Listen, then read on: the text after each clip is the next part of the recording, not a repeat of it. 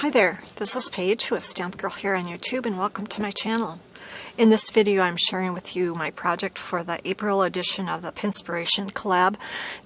This is hosted by Kim, who is Kreationsby Kimber here on YouTube, and down below in the description box will be a link to all of the participants in this collaboration, so I hope you take some time to check out their projects.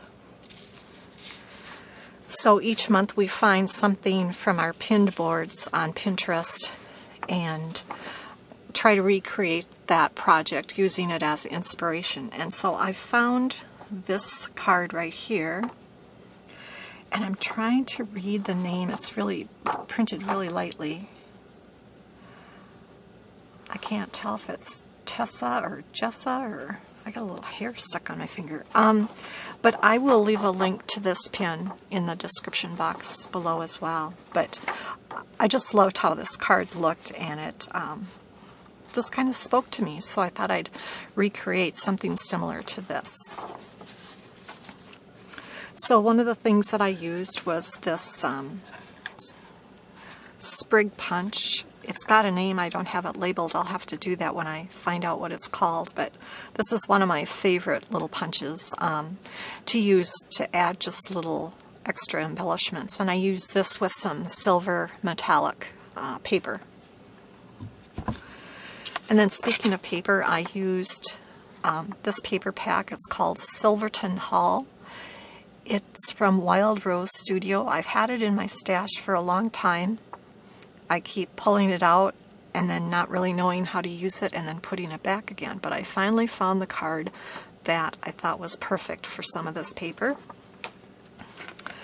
I used some of these border stickers. It's like a little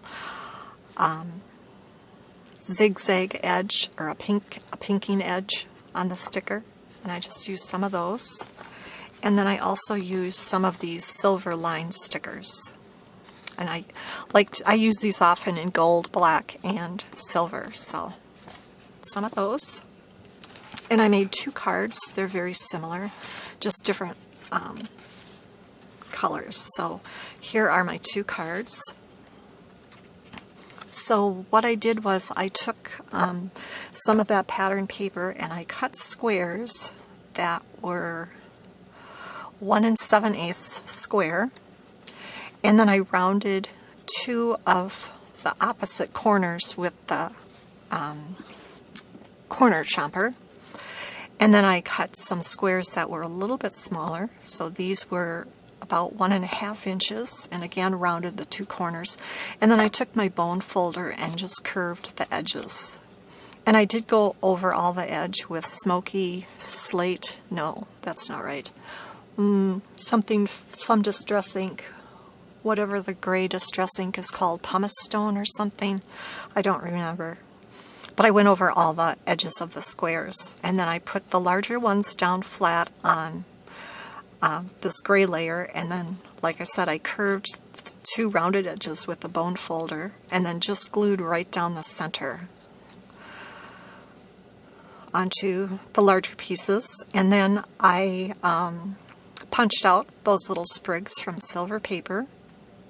I put them towards the center of the card, and then I have some silver cardstock, kind of a mirror cardstock, and I used a 1-inch punch on that. And then I found a button in my stash that coordinated with the colors of the paper and put that on. Here's where I've got a silver border sticker there, and then here's where I've got that little zigzag one down here. And then I just further embellished with some clear rhinestones. And then for the inside of this one, it's just some white cardstock with a silver border strip and the zigzag sticker strip. And this one is very similar, except that it has a white card base, the same gray, the same silver borders and the zigzag border, and the same background squares. But this time I used one that was a little more kind of yellow peachy color. And then again the silver sprigs that are just glued at the tips rather than all the way down flat. And then another silver cardstock circle and another button in the center. and then more rhinestones to decorate. And then for the inside, the same, another white layer, a silver layer, and a zigzag layer. So there's my simple version of this pin. Really like how it turned out. This is such a fun card, and I think it can be used for so many seasons and occasions and holidays. So you can see that I didn't put a sentiment on mine yet. I'm not sure what I want to add to the bottom of mine, so I left my cards blank for now. Anyway, I'd like to thank you for joining me, and now I'm off to create.